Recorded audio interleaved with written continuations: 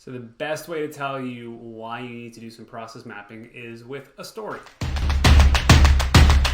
I had a client and they asked me to come in and solve a problem they were having. They do collections in a sense for customers, and what they were doing was they had whenever they got a new customer come in through Salesforce, they would print out a piece of paper with all the information about that customer, put it in a folder, and send it over to the bookkeeping department to keep on hand, so that when it was time to pay out that customer, they had all the information on file to double check, because the customers had typed this information in from day one, to make sure they were paying the right person, they had the right banking information, etc., so that the money would go straight through, they wouldn't have any bounced check fees. So they asked me to come up with a better way to do this, because they really wanted to not have to have people bringing this paper across the building all the time, and it was just a big waste of time. And they declined to do the process map. They said, this is a big problem, we've got to solve this first, then we'll talk about it. I said, okay, fine.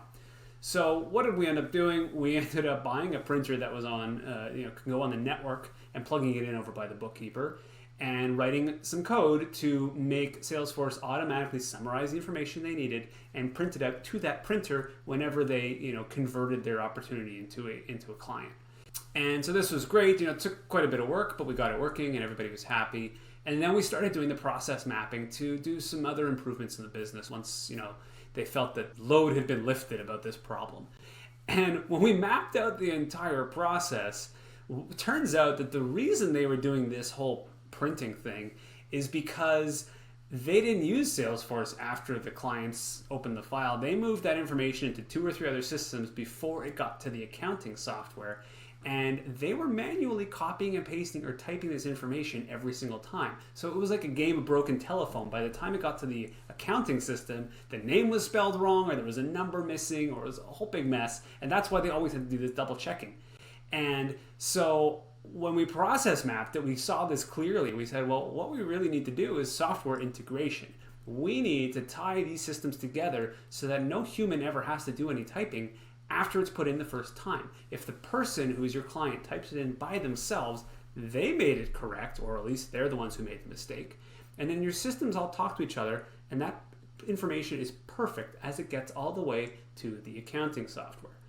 Now, when you take a zoom out and you look at this, and we fixed the problem, we didn't need to buy the printer. That's a couple $100 saved.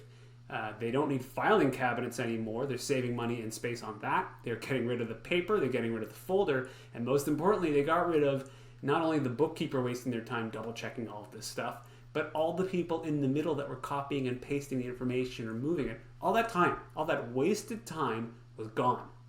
And nobody even thought about it after that. They didn't even, nobody realized without taking a step back. They carry on with their job. Now they can take their time to do more meaningful things.